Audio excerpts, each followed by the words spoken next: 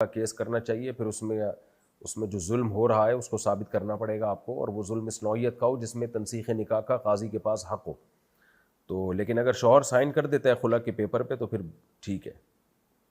اگر قصاص ریاست نہیں دے سکتی تو کیا انسان خود قصاص لے سکتا ہے؟ شرعی طور پر اپنا ذاتی حق انسان خود بھی لے سکتا ہے، تو قصاص بھی انسان کا ذاتی حق ہے۔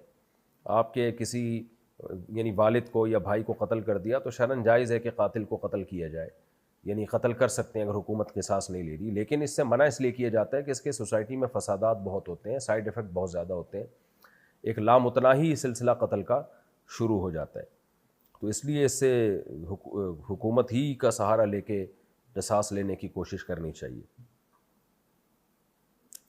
اگر کسی کے شوہر کا انتقال ہو جائے اور اس کے بچے بھی نہ ہوں تو بیوی کا وراثت میں کتنا حصہ ہوگا؟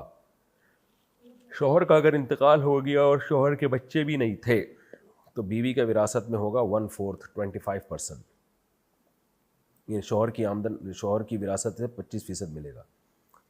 اگر نماز کے دوران وضو باقی نہ رہے تو نماز کس طرح ختم کرنی چاہیے؟ اکیلے پڑھ رہے ہوں یا جماعت کے ساتھ، دونوں طریقے سے بتا دیں۔ نماز تو اسی وقت ٹوٹ جاتی ہے، بس ایک طرف سلام پھیر کے نکل جائیں، تو سلام پھیرے بغیر بھی نکل جائیں تو بھی ٹھیک ہے، کیونکہ نماز تو ٹوٹ ہی گئی ہے، وضو جب ٹوٹا